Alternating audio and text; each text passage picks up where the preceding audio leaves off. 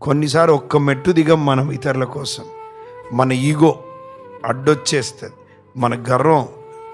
ఎందుకు తగ్గించుకోవాలి బ్రదర్ నేను అని భార్య అంటది భర్త విషయంలో.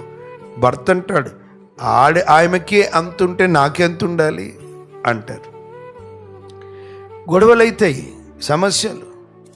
వినండి, భర్త ఎప్పుడు భార్యను ప్రేమించాలి. ఆమెన్, ప్రేమించాలి.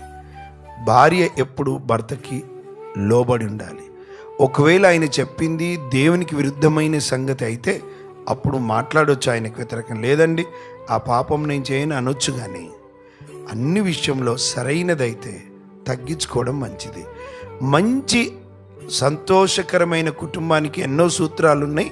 దాంట్లో 2 ప్రాముఖ్యమైన సూత్రాలు ఏంటిదంటే, భార్య భర్తకు లోబడాలి, భర్త భార్యను ప్రేమించాలి.